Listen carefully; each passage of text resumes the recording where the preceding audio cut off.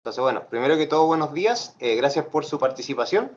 Y tal como comentaba Jorge, la tónica de esta presentación es, bueno, tratar de enmarcar un poco en función a la evidencia actual, cuál es la forma más recomendada o más sugerida, por lo menos, desde el punto de vista del respaldo de lo clínico y evidencia, del manejo ventilatorio en pacientes específicamente en ECMO. Entonces, principalmente el objetivo general de esta presentación va a ser dar a conocer los aspectos a considerar al momento del abordaje del paciente conectado a ventilación mecánica y ECMO, obviamente entendiendo que el paciente que requiere soporte ventilatorio y además requiere soporte extracorpóreo, un paciente que debió haber sido conectado con una terapia de rescate, donde fue refractario probablemente a la terapia ventilatoria inicial, a terapia de rescate como por ejemplo ventilación en posición prono, y aún así requirió conectarse a la circulación extracorpórea. Y de los objetivos específicos también es lograr comprender cuál va a ser la progresión terapéutica a realizar durante el manejo del paciente que está conectado a ventilación mecánica y ECMO, y también lograr evaluar la pertinencia y seguridad de las intervenciones que realizamos nosotros como equipo de kinesiología en el paciente que está conectado a ventilación y ECMO. Primero, obviamente como a modo general, la ventilación mecánica constituye la base del tratamiento de usuarios que cursan con distrés respiratorio agudo e insuficiencia respiratoria de otra etiología, puede ser sepsis, puede ser algún tipo de shock cardiogénico, ya finalmente requieren este soporte vital, ya este soporte ventilatorio que de por sí no va a ser un tratamiento, sino que también nos va a permitir por lo menos lograr dar un pequeño descanso al pulmón, disminuir el trabajo ventilatorio por parte del paciente para que se desinflame y también en conjunto con la terapia médica vaya mejorando la progresión de la patología médica o que llevó al paciente que requiriera ventilación mecánica, y que el ventilador mecánico sea el elemento que va a asumir ese trabajo ventilatorio compensando el componente de elastancia y el componente resistivo que pudiese estar relacionado. Y lo que se ha visto también la ventilación mecánica, esto de manera transversal, que es donde se obtiene el mejor resultado en el caso del uso de volúmenes corrientes bajos, ya también ya desde el año 2000 aproximadamente que se planteó este estudio por parte de la ARDISNet, donde comparaban volumen corriente bajo, 6 ml por kilo versus 12 ml por kilo, veían que efectivamente aquellos que eran ventilados de manera convencional, entre comillas, con 12 ml por kilo, finalmente tienen una tasa de mortalidad mayor. Entonces, de ahí donde ya se empezó a sustentar el hecho de que no es necesario ventilar con altos volúmenes corrientes de manera convencional, sino que entendiendo que el pulmón se encuentra en una fase inflamatoria o infecciosa, la idea es darle un cierto descanso y protegerlo con volúmenes corrientes bajos. Y adicionalmente también en los últimos años se ha ido generando esta corriente de qué tan importante es la evaluación de la mecánica pulmonar y también el hecho de poder limitar la presión de pausa o presión de meseta y su relación con la PIP, en este caso, llegando a lo que nosotros conocemos actualmente como driving pressure o presión de distensión, donde nosotros ya establecemos un cierto punto de corte alrededor de los 15 centímetros de agua. Menor a eso, nosotros estaríamos asegurando que existe una ventilación de manera protectora, independiente muchas veces de las presiones máximas que pudiésemos alcanzar en vía aérea o la fluctuación que pudiésemos tener dentro de los valores de PIB. El ECMO venovenoso, que va a ser principalmente en donde nosotros más nos vamos a enfocar en la terapia ventilatoria, constituye, bueno, el uso de la circulación e intercambio de gases de manera extracorpórea para proporcionar un soporte vital temporal y ojalá de manera temprana en pacientes con insuficiencia cardíaca y o pulmonar potencialmente reversibles. Entonces, constituye un cortocircuito restringido al comportamiento venoso de retorno, ya pensando en las cánulas de extracción y retorno. También va a tener un mínimo efecto sobre la función cardíaca, pensando en que también va a ser esa la población que nosotros vamos a buscar manejar con ECMO venovenoso, aquellos que cursan con una falla respiratoria catastrófica y que es refractaria a la terapia convencional o a la terapia ventilatoria y a la ventilación en posición prono, tal como les mencionaba anteriormente. Y también va a estar indicado solo en caso de función cardíaca suficiente para una adecuada perfusión tisular, porque obviamente si no tenemos paciente con una adecuada función cardíaca, vamos a tener que hacer algún mix desde el punto de vista de circulación extracorpórea y pensar en un ECMO mixto, un ECMO veno arterial, y ahí se puede ir haciendo un poco la conjunción de distintas configuraciones. El ECMO venoso de por sí constituye una terapia de rescate, ¿ya? Va a formar parte de la piedra angular finalmente en el manejo de la insuficiencia respiratoria, que es refractaria a la terapia convencional, y también nos va a permitir de por sí mejorar la oxigenación, entendiendo que nosotros vamos a tener un oxigenador de manera extracorpórea que va a permitir compensar o suplir la función del tejido pulmonar que se encuentra dañado o inflamado, por lo menos en un corto periodo de tiempo. Para reducir los niveles de CO2 también vamos a tener ayuda aparte de la oxigenación por medio del blender, un flujo de gases frescos que va a permitir un barrido constante de los niveles de CO2 y también controlar mejor y complementar la ventilación que pudiésemos estar logrando por medio de la configuración de la ventilación mecánica con un flujo externo de gases frescos para contribuir a este barrido de CO2. Y también el ECMO va a facilitar la aplicación de una ventilación mecánica protectora, porque nosotros tenemos un dispositivo que va a estar supliendo la función del parénquima pulmonar, nos permite asegurar de mejor manera el hecho de poder llevar a un descanso o una protección pulmonar. Inicialmente, pensando en como ventilación protectora de 4 a 8 ml por kilo, considerando una presión de pausa menor a 28 a 30 centímetros de agua, pero principalmente nosotros cuando ya pensamos en un paciente en ECMO, debemos migrar a este tipo de configuración, pensando en un BT menor a 4 ml por kilo y tratando de limitar la presión de pausa a por debajo de los 25 centímetros de agua. Y acá lo que nosotros debiésemos llegar al momento de pensar a la conexión de un paciente en ECMO y ventilación mecánica. ¿Esto con cuál va a ser el fin? Disminuir el BILI, ya pensando en que el BILI va a ser todo aquello daño inducido por la ventilación mecánica con las distintas configuraciones que pudiese tener, atelectrauma, volutrauma, barotrauma. Estas tres configuraciones van a llevar de por sí también a un biotrauma, ya que los tres mecanismos anteriores van a generar mayor estrés y strain a nivel del tejido alveolar, liberación de mediadores inflamatorios, y esos van a migrar a través del torrente sanguíneo a órganos que quizá inicialmente no se encontraban inflamados, y por esta liberación de citoquinas se va a generar una falla orgánica múltiple, pudiese ser en algunos casos, en la medida que nosotros no seamos capaces de proteger lo suficiente nuestro tejido pulmonar. Entonces, nuestro equipo de intervención obviamente ya se ha ido cohesionando cada vez más con el tiempo, encabezado por el equipo del médico residente, perfusionista, ya también el equipo de ECMO, también el equipo de enfermería, KINE, TENS, y finalmente, ¿qué nos va a permitir esto? ¿En qué nos tenemos que enfocar? Ya tenemos a nuestro paciente con ventilación mecánica y ECMO, y nosotros vamos a tener distintas zonas a las cuales vamos a tener que buscar abordar de una u otra forma de manera diferenciada. Lo primero, tenemos que tratar de optimizar la perfusión en las zonas que se encuentran ventiladas. ¿Por medio de qué?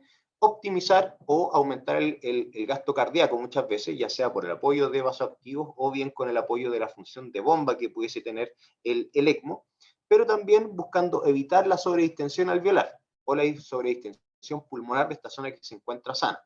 Por lo mismo, en muchos casos nosotros debiésemos buscar limitar los niveles de PIB, pensando que nosotros con un paciente con un distrés grave y solamente ventilación mecánica pudiésemos manejar valores de PIB de 20, 24, si es que aparte fuese un paciente obeso, y si ya pensamos en que nuestro paciente falló frente a la ventilación mecánica convencional, debiésemos pensar llevarlo a ECMO, pero sí o sí pensando en manejar valores de PIB más bajos, llevarlo a esta migración de un reposo pulmonar a un descanso pulmonar.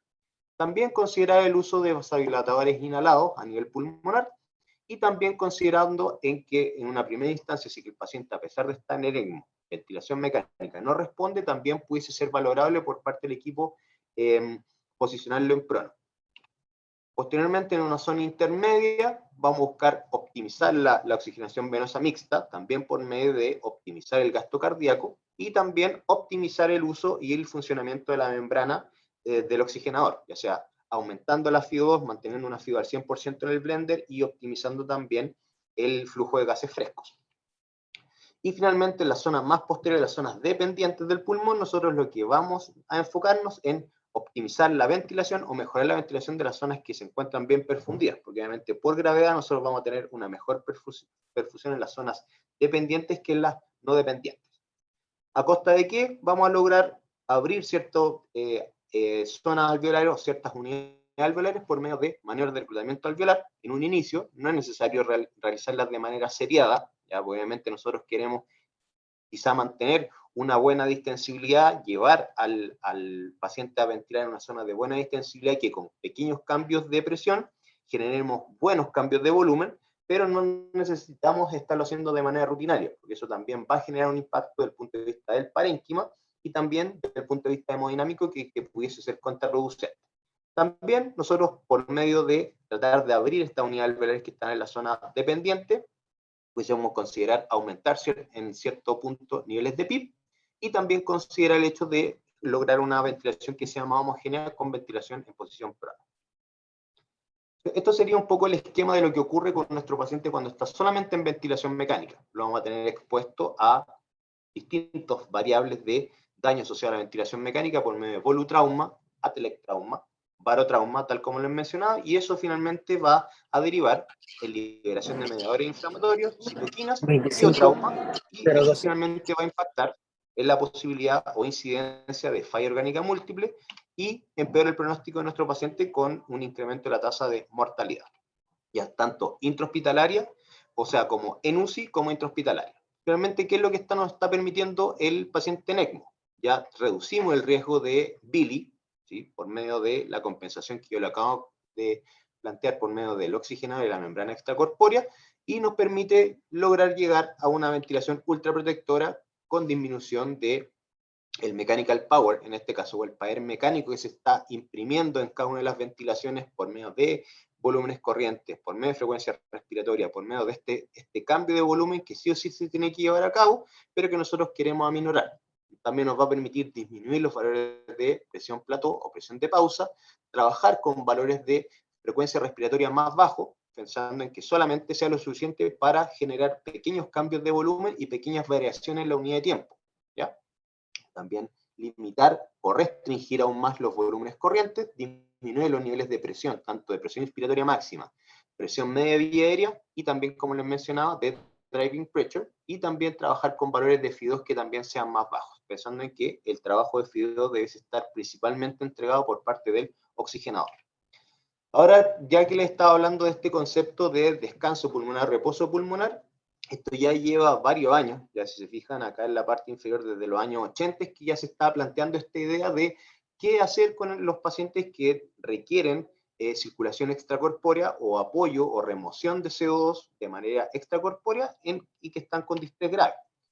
Realmente este estudio fue observacional con un N que fue limitado, ya 43 pacientes, pero que tenían un ECOR, ya, y los parámetros que se programaron en este caso fue de 3 a 5 respiraciones por minuto, un PIB de 15 a 25 centímetros de agua, pero también limitando, restringiendo las presiones inspiratorias por debajo de los 35 a 45 centímetros de agua. Entonces, ahí obviamente uno tenía un poco el temor de este barotrauma que estaba sumamente latente y que se veía que al momento de generar altas presiones en la vía aérea pudiese generar algún neumotórax y que pudiese ser contraproducente en este tipo de pacientes.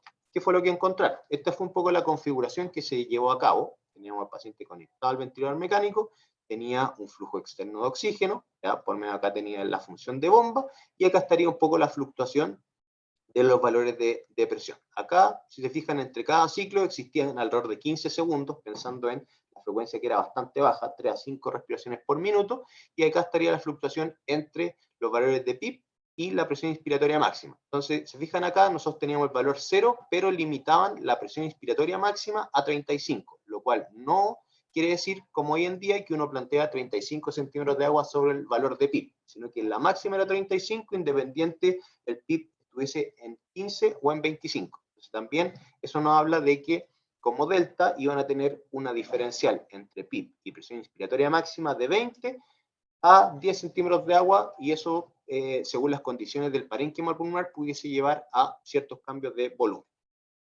Lo que fue encontrar una mejoría de la función pulmonar en un 73% de los pacientes al llevarlo a este reposo pulmonar franco, y adicionalmente lograron optimizar la sobrevida, alrededor del 49% de los pacientes. Entonces ahí ya se empezaron a idear que sí ayudaba el hecho de, más que ser solamente protector, ser incluso ultraprotector con la ventilación en este tipo de pacientes que estaban en distrés grave. Ahora, con estudios más actuales, ¿cuáles son los conceptos que uno trata? Si tenemos un paciente con una falla respiratoria aguda tratado con ECMO, nuestro primer objetivo, o dentro de los principales, va a ser limitar el estrés, el strain alveolar. ¿De qué manera? Llevándolo a esta configuración de reposo pulmonar o una ventilación ultraprotectora con volúmenes corrientes que estén por debajo de los 4 ml de peso corporal ideal, ¿ya? O también limitando los valores de presión inspiratoria máxima a 20 a 25 centímetros de agua, incluso que está muy por debajo de lo que nosotros normalmente pudiésemos estar ventilando a nuestros pacientes de manera convencional, que Realmente uno tiene un valor de 35, programando las alarmas de presión en 40, ¿ya? Y también buscar limitar la frecuencia respiratoria. También de qué manera nosotros pudiésemos limitar el atelectrauma, optimizar los valores de PIB, ¿ya? Mantener altos niveles de PIB o por lo menos de PIB intermedio por sobre los 10 centímetros de agua en una primera instancia, que pudiese ser válido.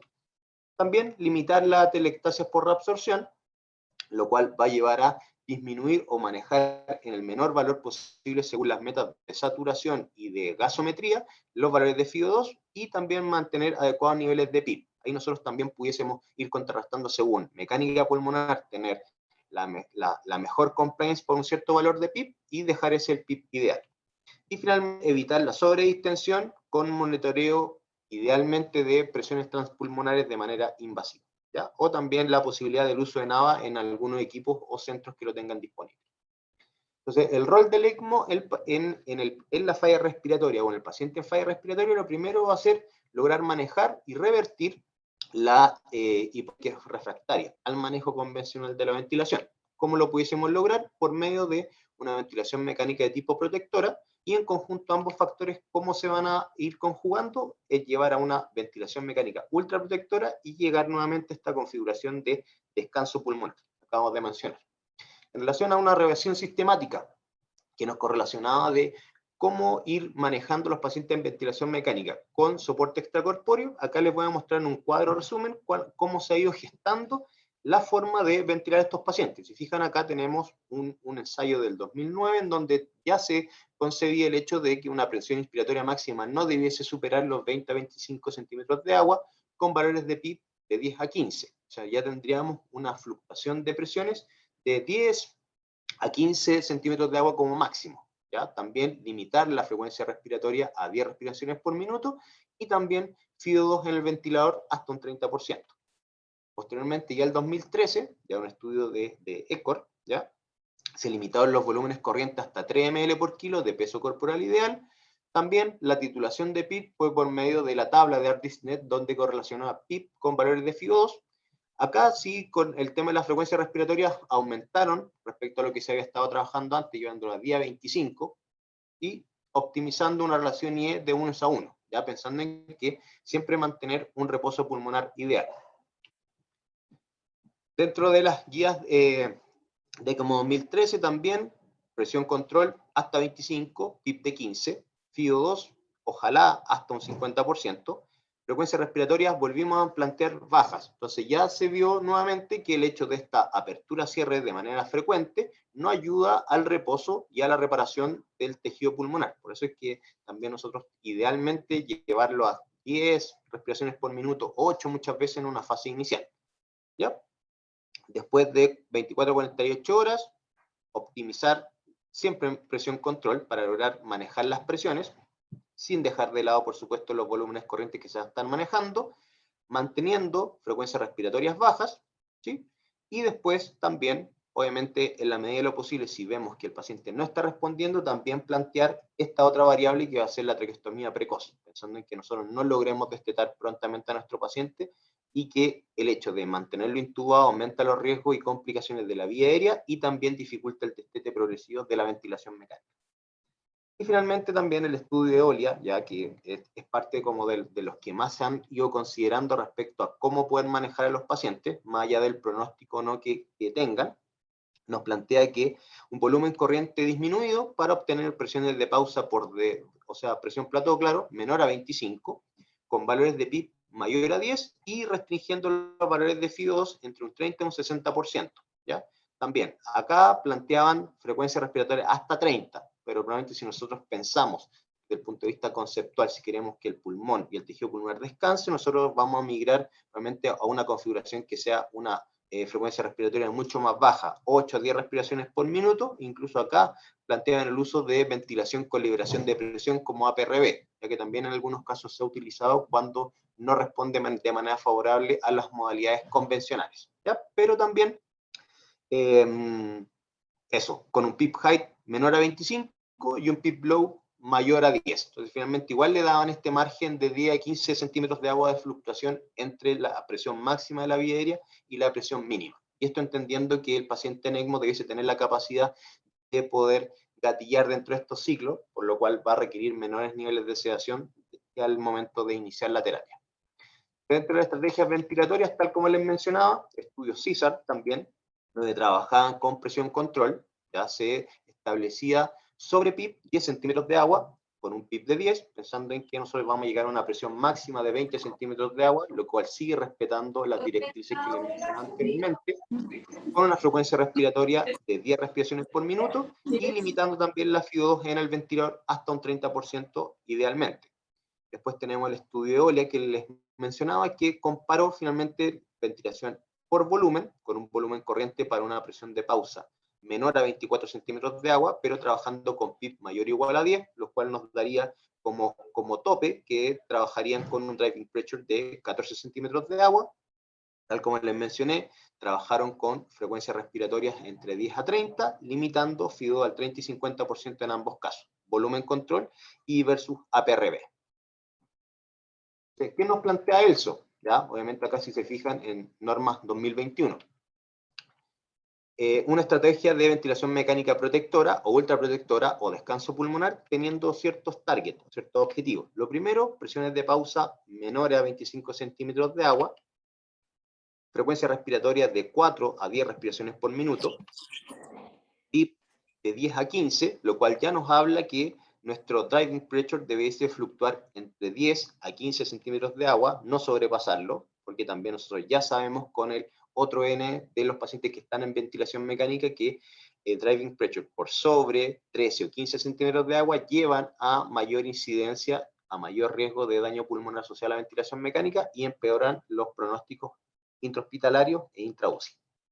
También driving pressure, como les mencionaba, menor a 15, FIO2 menor a un 50% para mantener metas entre un 80 y 85%. También es un llamado a quizás no empeñarnos en que los pacientes saturen demasiado bien en esta primera instancia, sino que con estas metas de saturación debe ser suficiente para ir supliendo o mantener de manera protectora un descanso pulmonar.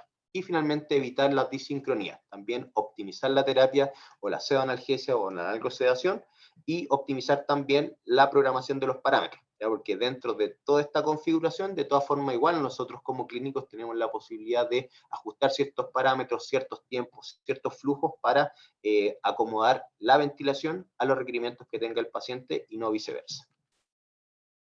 Acá también, en relación a una revisión sistemática, ¿qué es lo que uno ve previo a la conexión al paciente que está en ECMO? Generalmente uno va a manejar volúmenes corrientes de 6, que estaría quizá dentro de lo convencional casi protector, pero una vez que ya conectamos a nuestro paciente a soporte extracorpóreo, ya sí o sí debe seguir asociado a una disminución franca de los volúmenes corrientes hacia una ventilación protectora, en el límite inferior, o ultraprotectora, tal como les mencionaba, en relación a lo que sería presión de pausa. ¿Con qué nos encontramos? Que al momento de, previo a conectar a nuestro paciente al ECMO, alrededor de 32 centímetros de agua en promedio, pero ya basta con el hecho de conectar a nuestro paciente a ECMO, optimizar la ventilación, logramos bajar a lo menos 6 centímetros de agua de presión plató. En cuanto al PIB, también 14 normalmente, y nos permite el hecho de conectar a nuestro paciente y llevarlo a 12. Acá comparativamente ya podemos ver cómo va disminuyendo la presión plató, desde valores aproximadamente en 18 centímetros de agua, lo cual nos estaría hablando de que no estamos logrando una ventilación protectora, a llevarlo hasta 13.5, 14 centímetros de agua, que nos lleva nuevamente a confiar en que estamos entregando una ventilación mecánica que sea protectora y que no estamos generando un daño adicional por medio de la configuración de la ventilación. Y también al momento de la FIO2, por razones obvias, previo a la conexión al ECMO, FIO2 cercana al 100%, pero como ya tenemos la función del oxigenador, nos permite disminuir la FIO2 en el ventilador hasta un 40% en promedio. Acá un estudio bastante interesante también, que es un metaanálisis de 9 estudios, con un N ya bastante más contundente, 545 pacientes, donde qué fue lo que se estuvo visualizando, cómo iba variando el driving pressure entre aquellos que sobrevivieron, ¿sí? Sobrevivientes, ¿sí? Esto muchas veces a 3 meses, 90 días, versus aquellos que no sobrevivieron, y se vio que aquellos que sí fueron los sobrevivientes manejaron valores de driving pressure que eran más bajos. Si bien esa diferencia no fue estadísticamente significativa, sí da la idea que el driving pressure sigue siendo parte de los elementos que nosotros tenemos que procurar mantener dentro de rangos protectores para prevenir el daño asociado a la ventilación mecánica y mejorar los outcomes intrahospitalarios de nuestros pacientes. Lo mismo ocurrió, tal como decía, en el caso del driving pressure, que fue la única variable que mostró un riesgo en el hecho de estar por sobre los márgenes normales, un riesgo adicional a la evolución del paciente, que tuvo un riesgo de daño de 1.06. Acá este estudio, ¿qué es lo que nos pasó? O sea, ¿qué es lo que mostró? Acá se ingresa un concepto que también ha ido entrando dentro de la última vez, que es el mechanical power, ¿ya? Que es el poder mecánico que se le va a estar imprimiendo al parénquima pulmonar por medio de los distintos cambios de presión y de volumen que va a estar entregando sí o sí la ventilación mecánica. Por ejemplo, acá, generalmente el mechanical power, tal como lo dejé como referencia acá, se mide en joules por minuto y que va a tener directa relación con el volumen corriente que nosotros le estemos entregando, la frecuencia respiratoria, y también va a tener directa relación con las presiones máximas que estemos logrando en vía aérea, que entre comillas son parámetros que nosotros normalmente no monitorizamos, quizás no tenemos tan claro o tan mecanizados como lo que sería el driving pressure, de mantener driving pressure bajo. Por eso es que también el hecho de limitar los valores de frecuencia respiratoria y limitar los volúmenes corrientes sigue siendo tan importante. Acá se plantearon 3 casos, solamente considerando mechanical power, después considerando mechanical power según el peso corporal, ¿ya? Y también mechanical power según compliance. ¿Qué fue lo que encontraron acá? Fue que durante los 3 primeros días de ECMO, el único factor que estuvo independientemente asociado con la mortalidad intrahospitalaria a 90 días fue el mechanical power referido a la compliance. Finalmente, ¿cómo se compara el hecho de estar evaluando mecánica ventilatoria de manera frecuente, 3-4 veces durante el día, y cómo se estaban aplicando los parámetros de la ventilación mecánica? Entonces, si se fijan la unidad, tendríamos los joules por minuto, sería lo mismo mechanical power, pero relacionándolo también con los valores de compliance estática que nosotros evaluamos normalmente. Acá, curvas de Kaplan-Meier que nos hablan de lo mismo, donde nosotros vamos a tener acá en el eje Y el riesgo acumulado de sobrevida versus los días, y vemos que aquellos que tuvieron un mechanical power menor a 14.4 joules por minuto tuvieron una mejor sobrevida que aquellos que tuvieron un mechanical power mayor. Realmente, a mayor mechanical power, vamos a tener mayor riesgo de daño social a la ventilación mecánica, peor pronóstico, mayor tasa de mortalidad intrahospitalaria. Y acá también lo que les planteaba, el valor que había dado el riesgo, el estadístico más importante sería mechanical power con compliance menor a 0.53 joule minuto ml por centímetro de agua, y que eso también contribuía a tener una menor tasa de mortalidad o una mejor sobrevida intrahospitalaria a 90 días, lo cual no menor. Entonces, por lo mismo es que nosotros al momento de tener a nuestro paciente, un paciente intubado, paciente en ECMO, realizar mecánica pulmonar por medio de maniobra de pausa inspiratoria, la cual idealmente debe durar a lo menos 4 o 5 segundos, ya que también eso nosotros hemos tratado de ir estandarizando, ir transmitiendo esa información para buscar igualar las constantes de tiempo de todas las zonas que pudiese ser ventilable durante esta pausa, ¿ya? Pensando en que también nosotros vamos a ocupar volúmenes que son más pequeños, y también pudiese ser esperable que las zonas alveolares que pudiesen ser ventiladas normalmente no va a llegar el volumen de aire, pensando que estamos restringiendo el volumen a 3 ml aproximadamente, y ahí nosotros vamos a obtener valores de presión de pausa, presión de plató, compliance estática y resistencia en vía aérea. Para obtener obviamente estos 3 valores debiésemos realizarlo en modalidad volumen control con flujo constante o flujo cuadrado. También un punto importante que durante el último tiempo hemos tratado de ir haciendo énfasis en el espacio muerto instrumental. ¿Ya? Muchas veces los pacientes, cuando los tenemos en ventilación mecánica, vienen con su PSNI, un circuito de doble rama. Esto pudiese ser opcional, el hecho de un capnógrafo, pero también vienen con su intercambiador de humedad y calor, sonda de succión cerrada tipo Tracker, y van a tener su tubo, lo cual obviamente se ha visto que aporta o genera un espacio muerto instrumental de alrededor de 100 o 110 ml. Ya, lo cual muchas veces no está considerado porque uno al momento de hacer la configuración o la programación inicial del ventilador considera solamente hasta la PSNI, que es cuando uno hace la TC. Después todos estos aditamentos uno los va añadiendo, obviamente el tubo endotraqueal no tenemos la posibilidad de disminuir su espacio muerto, pero sí el hecho de tener en consideración restringir el uso de la sonda de succión cerrada y también el intercambiador de humedad y calor. Nosotros vamos a pasar por esto a circuitos de humidificación calefaccionada, que también ha sido parte de las mejoras que se han ido implementando en el manejo de estos pacientes. Así disminuimos el espacio muerto y también restringimos el espacio muerto instrumental y también optimizamos que pacientes que están con aumento del componente secretor, ya sea con broncorrea, secreciones purulentas, o que empiezan a cursar con algún tipo de sangrado asociado a coagulopatía, tengan algún tipo de coágulo o tapón mucoso que pueda complicar la evolución del punto de vista ventilatorio, se disminuye el riesgo con el uso de este tipo de dispositivos de modificación calefaccionada. Dentro de nuestro abordaje, parte de las maniobras que nosotros estamos realizando, maniobras de tratamiento alveolar, que puede ser maniobra 20-20, o según la que se maneje, por lo menos esto es lo que nosotros planteamos como equipo de kinesiología, asistido controlado, presión inspiratoria de 20, ya, frecuencia de 10, lo cual nos va a dar un tiempo inspiratorio de 2 segundos, ya, PIP de 10, irlo aumentando progresivamente hasta 20, quizás en un escalón intermedio, PIP de 15, para ver si es que la hemodinamia nos acompaña, ¿ya?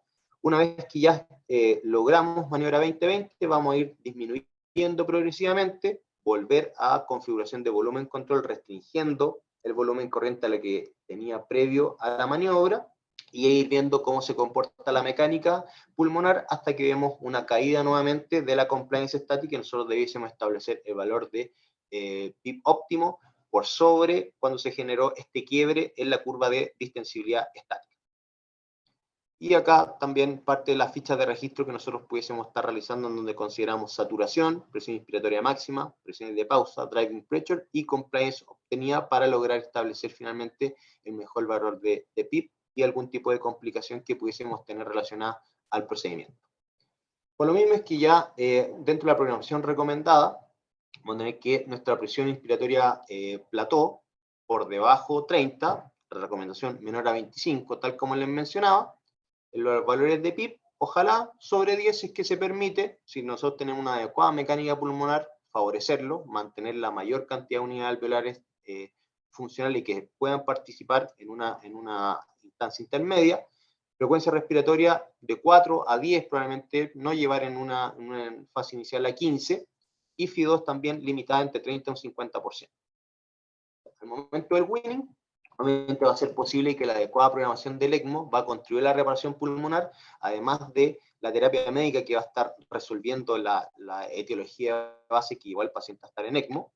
Este proceso debe iniciar cuando se evidencien mejoras clínicas en los infiltrados pulmonares por medio de las radiografías diarias o la tomografía axial computada que se esté realizando, la oxigenación a nivel arterial, que ustedes van a estar evaluando de manera diaria y frecuente por medio de la gasometría arterial, la distensibilidad pulmonar, que también nosotros vamos a estar revisando de manera frecuente dentro de la intervención kinésica y también dentro de la visita médica, evaluación de mecánica pulmonar, y ahí es donde surge qué retirar primero, la ventilación mecánica de ECMO. En función a la experiencia acá en INT, se tiende a retirar primero el ECMO que la ventilación mecánica invasiva, porque obviamente es mayor quizá la tasa de complicaciones que puede tener el paciente solamente en ECMO y aquel paciente que está en ventilación mecánica invasiva.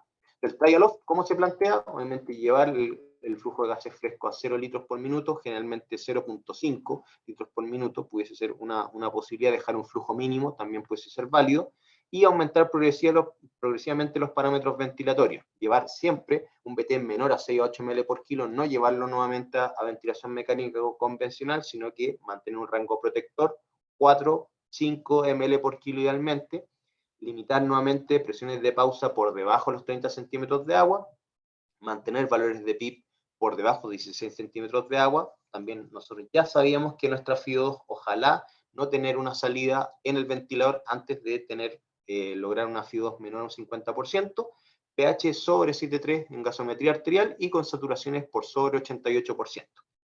Si el intercambio gaseoso es apropiado en un periodo de 2 a 4 horas, muchas veces uno ya se puede proceder a programar la decanulación. Acá nosotros tenemos un paciente, si se fijan, nos estaríamos en fase de prueba en este caso, de cómo está respondiendo al LAPE, a una ventilación un poco más convencional. Tenemos modalidad en volumen control, PT programado de 300 ml, flujo cuadrado. También en algunos casos puede ser optativo el uso de tiempos de pausa para buscar igualar ciertas constantes de tiempo al momento de homologar o homogeneizar la ventilación a nivel alveolar. y recordando también la medición seriada de mecánica pulmonar por medio de pausa inspiratoria, obtener presión plató, presión meseta, y en este caso nosotros tendríamos PIP de 8 con una plató de 22, lo cual nos estaría dando un driving de 14. Eso estaríamos entregando ventilación mecánica protectora con una compliance que ha ido a la mejora de 20 centímetros de agua y una resistencia que también está un tanto elevada en este caso. Lograr, obviamente, una leve progresión, ¿ya? Una mejoría clínica, que esto obviamente a medida que se vaya prolongando y manteniendo la terapia en ECMO, se debe seguir mejorando, permitir solamente tener al paciente en ventilación mecánica y después progresar con el destete del ventilador mecánico como se realiza por protocolo institucional. Entonces, como conclusiones, lo primero va a ser mantener los parámetros ventilatorios en rangos protectores o ultraprotectores según la evolución de la patología. También va a ser sumamente importante evaluar de manera seriada las modificaciones en la mecánica pulmonar para así realizar los ajustes de manera oportuna y contribuir así al proceso de recuperación normal de tejido pulmonar comprometido, entendiendo que si el paciente requirió apoyo con ECMO, nosotros tenemos que saber dar un reposo o descanso pulmonar total al paciente y al parénquima pulmonar para poder contribuir a su proceso de reparación. Muchas gracias.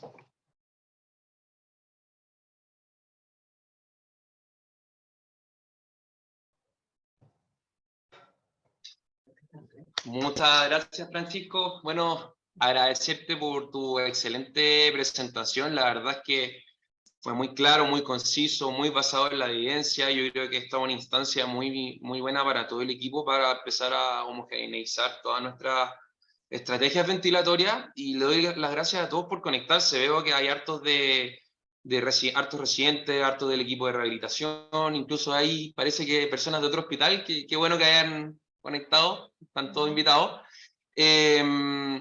Yo tengo varias preguntas, de hecho las fui anotando, pero me gustaría darle la palabra a otras personas. Tengo entendido que está José Miguel Zambrano, tú que también te dedicas a ECMO y has sido parte de la comisión de ECMO. No sé si tienes algún comentario, José Miguel. Hola, buen día. Bueno, espero en primer lugar que todos estén bien.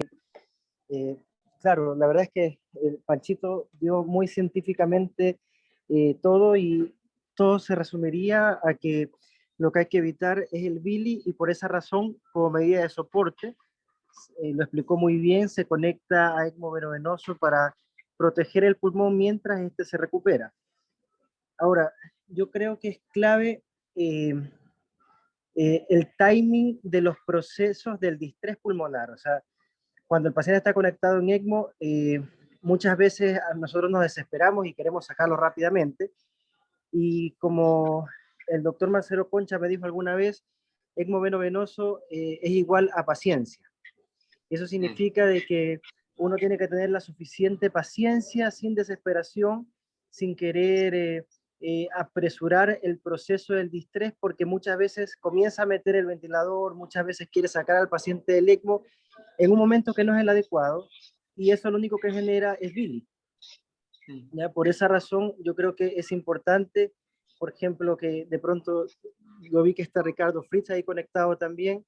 Es importante tener en cuenta mucho, bueno, él como broncopulmonar, pues que de pronto nos pueda en algún momento dar una charla de, si es que no está dada ya, de distrés pulmonar desde el punto de vista fisiopatológico, qué es lo que sucede, porque el distrés tiene diferentes etapas, ¿ya? Y hay etapas en donde uno utiliza PIP diferente, en donde uno puede meter el ventilador, uno no puede meter el ventilador, y eso está parte del protocolo institucional ahí del hospital, en donde generalmente en los primeros días, ponte tú más o menos 5 días, el pulmón permanece en reposo.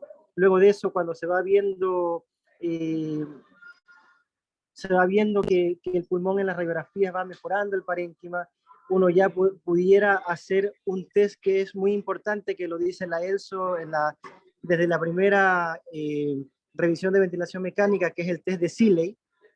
No sé si es que lo nombró ahí el Pancho, me parece que no, que es que cuando ya uno ve que hay parénquima pulmonar adecuado en las radiografías, el paciente ya no está inflamado, el paciente está mejor, sin hacer cambios en los parámetros del ECMO ni metiendo más volumen corriente, uno puede subir al 100% la FiO2 del ventilador. Y si es que en el minuto próximo el paciente, estando en ECMO venovenoso, que lo tenemos saturando 85, 90, el paciente aumenta rápidamente la saturación periférica de oxígeno cercana a 100, uno puede pensar que es un test de Seeley positivo, y con ese test de Seeley pensar que ya uno puede meter el ventilador sin ningún problema de que vaya a haber un retroceso del paciente. Pero si no tienes un test de Seeley positivo, algo está sucediendo, tal vez repetir la radiografía y tal vez incluso pensar en tomar una nueva tomografía, porque puede haber un derrame pleural hacia posterior, puede haber atelectasias posteriores que tal vez se pueden optimizar, porque claro, también el año pasado comenzaron a salir, por ejemplo, los artículos de prono en ECMO, y la indicación del prono en ECMO es las atelectasias posteriores que muchas veces no se ven en la radiografía, ¿ya? Entonces, y que ahí está la tomografía y que tal vez sea la indicación de prono en ECMO. Bueno, todo esto en resumen es que contarles que yo creo que el timing es primordial para hacer el traslape del ventilador, y eso yo creo que es importante para cuándo sacarlo al paciente de reposo, y que para eso necesitamos mucha paciencia, ¿ya? Eso. Súper, gracias Miguelito. Quería saber si alguno del resto de los chiquillos que están conectados tiene preguntas. Es el momento, aprovechar la instancia.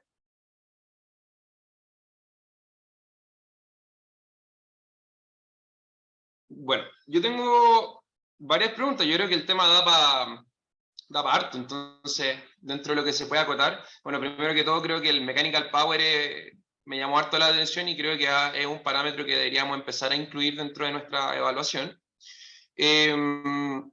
Ahora, a mí me generó la siguiente pregunta, que muchas veces nos preocupamos mucho de la presión pico de los pacientes, pero cuando uno se pone a leer de distrés, siempre ve que lo más importante es la presión plató, el driving pressure, y en el fondo buscar parámetros protectores, y bien poco se menciona la presión pico. Entonces, en ese setting muchas veces vemos que tenemos al paciente en ventilación mecánica en presión control solamente por un manejo de presión pico, y evitando así el uso de volumen control. No sé si tú tienes algún comentario de eso, alguna opinión o algo que diga la evidencia respecto a eso.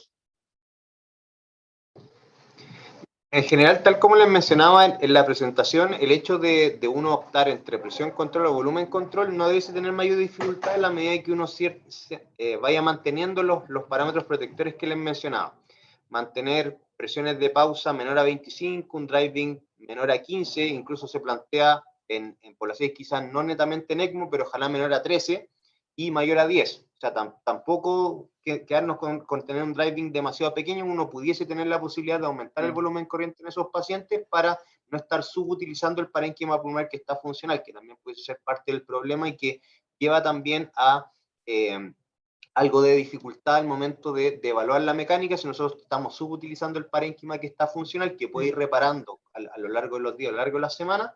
Deben mantener ese valor por sobre, ¿ya? El hecho del volumen control, claro, obviamente como la variable independiente va a ser el volumen, lo que va a depender un poco de cómo se comporte el paciente, si está más secretor o no, o si está más fibrótico el parénquima, claro, va a ser la presión, pero también, más importante incluso lo que se ha visto, que la presión pico, es obviamente el hecho de las diferencias de presión que uno va a tener dentro del componente de la distensibilidad, porque eso es lo que puede prolongar muchas veces la duración de la ventilación mecánica versus el hecho de ocupar presión un poco más alta a costa de mantener restringido esta presión de distensión o de A eso iba mi comentario, porque le damos mucho énfasis, creo yo, a la presión pico cuando lo que más importa es el driving. Y respecto a siguiendo el hilo de mi comentario, he escuchado a muchas personas preguntarse por qué están reclutando al paciente si está en ECMO. Por lo que yo veo, mostraste muchos estudios de maniobras de reclutamiento en ECMO, entonces al parecer sí debería hacerse reclutamiento en ECMO. Y ahí me imagino que ustedes miden potencial índice de reclutabilidad, y en ese caso, ¿cuándo es el mejor momento de reclutar? ¿De manera diaria, según la evolución del paciente, una vez?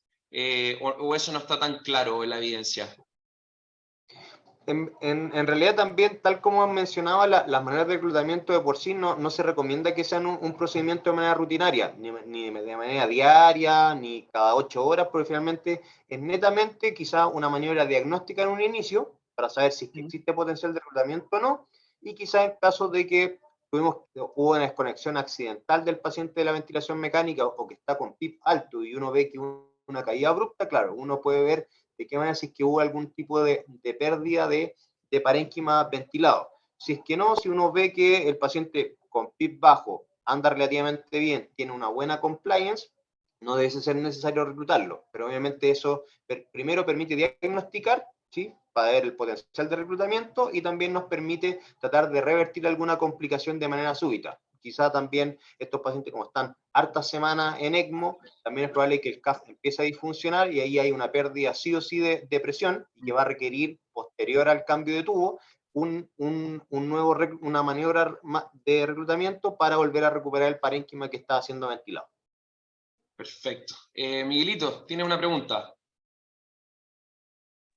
Oye, no, mira, si solamente es como para ahí comentar un poquito con respecto a las maniobras de reclutamiento.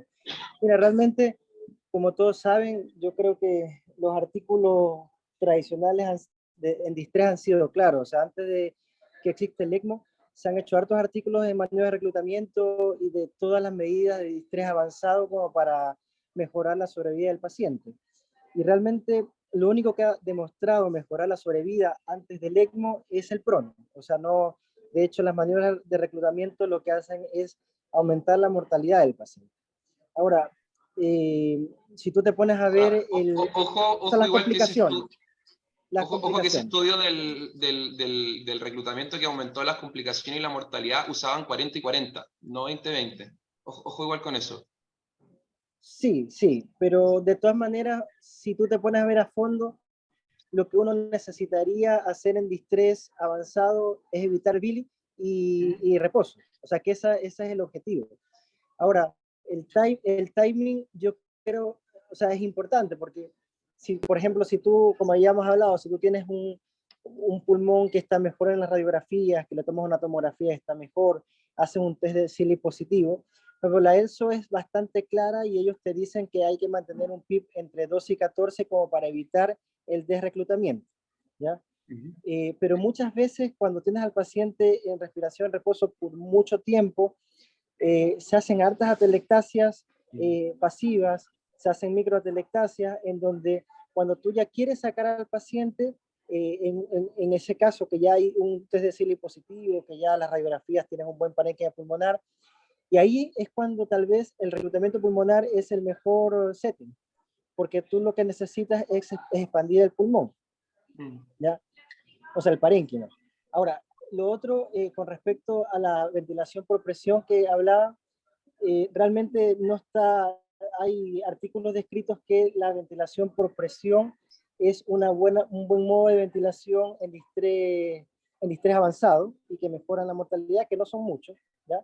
Pero lo que sí, que no es tanto algo que está escrito, pero sí un poco algo que nosotros vimos mucho ahí en el hospital y que de hecho se había acordado de que, o sea, se habló en algún momento de que en fases avanzadas ya del paciente en ECMO venovenoso, que ya va recuperando, es mejor ventilarlo en presión, porque además que tú tienes mejor limitación de las presiones de dinámica pulmonar, además de eso tú también permites que el paciente cuando comienza a abrir el pulmón vaya metiendo más volumen corriente por sí solo.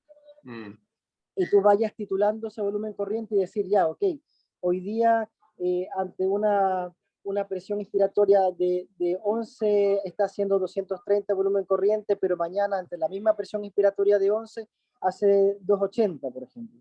Entonces tú, ya que estás haciendo el control intensivo, tú marcas, dices, ya, ok, estamos en 280 y a partir, este es nuestro volumen que hay que conseguir en los días próximos. O sea, no nos podemos retroceder. Y eso es lo que dice un poquito Pancho, de que de pronto hasta ahí no se puede reclutar de menos de eso, ¿no? Entonces, eso es un poquito. Ya, pero eso, cuídense mucho, un abrazo, ya me voy y les dejo un Chao, abrazo grande. Miguelito. Oye, gracias por tus acotaciones. ¿El resto de los chiquillos, alguna duda? ¿Hay varios kines? ¿Hay varios médicos? ¿Algún comentario? No sean tímidos.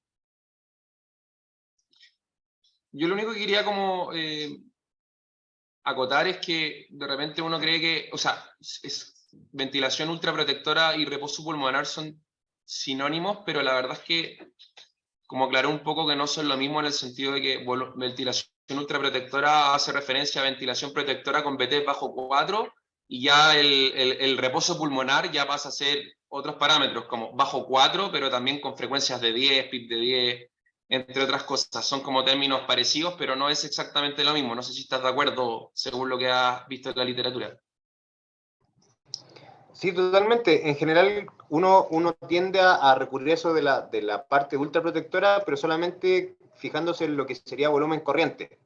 A esto, como uno le pudiese añadir otros módulos, que sería disminuir al máximo la frecuencia respiratoria, frecuencia entre 5 y 10, como mencionábamos, también los valores de PIP, mantenerlos relativamente estables, ¿sí? Y no se considera como esto, aun cuando estemos manejando 3, 4 ml, pero con un PIP, por ejemplo, de 15 o 20, que puede ser ultraprotector desde el punto de vista de volumen corriente, pero no forma parte de lo que sería el reposo pulmonar, porque igual tenemos el pulmón bastante reclutado y no se está dando quizás la posibilidad de que repose como uno quiere en realidad.